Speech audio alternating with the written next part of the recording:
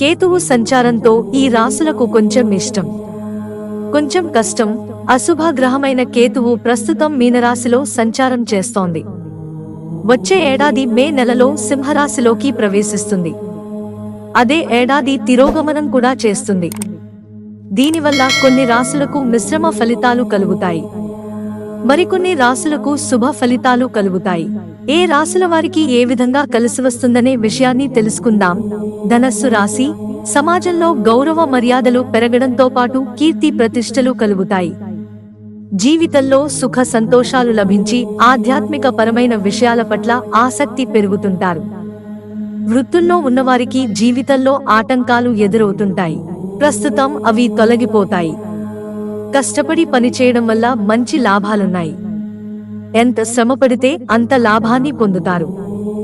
ఆర్థిక పరిస్థితి బాగుండటంతో మానసిక ఒత్తిడి నుంచి విముక్తి లభిస్తుంది. అలాగే భౌతిక సుఖాలు కూడా కలుగుతాయి. భార్య తరపున, ఆమె తల్లిదండ్రుల తరపున డబ్బులు వస్తాయి. మిథున రాశి. అనారోగ్యంతో బాధపడుతున్న వారికి ఈ సమయం కొంత ఊరట కలిగిస్తుంది.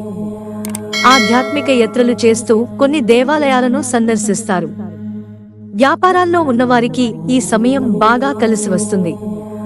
కొత్త పెట్టుబడులు పెట్టి అనుకున్న పనులు పూర్తి చేస్తారు. కుటుంబంలో సోదరుల నుంచి సంపూర్ణమైన మద్దతు లభించి అనుకున్న పనులు పూర్తి చేస్తారు.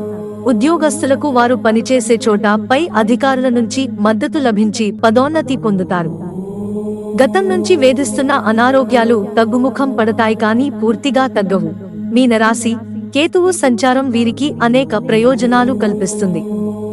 ఎటువంటి పని తలపెట్టినా విజయం దక్కుతుంది, కానీ కొన్ని విషయాల్లో మాత్రం ఎంతో జాగ్రత్తగా ఉండాల్సి ఉంటుంది. ఆర్థికంగా మంచి లాభాలు కలుగుతాయి. కొన్ని పనులకు సంబంధించి ఎంతో జాగ్రత్తగా నిర్ణయాలు తీసుకోవాల్సి ఉంది, లేదంటే తీవ్రంగా దెబ్బతినే ప్రమాదం కనపడుతోంది. అనారోగ్యం నుంచి విముక్తి కలగడంతో ఎంతో చురుగ్గా వ్యవహరిస్తుంటారు. కెరీర్ కు సంబంధించి ఈసారి మంచి విజయాలను సాధిస్తారు. మిత్రులారా, ఛానల్ సబ్స్క్రైబ్ చేసుకోవడం మర్చిపోకండి. ధన్యవాదాలు.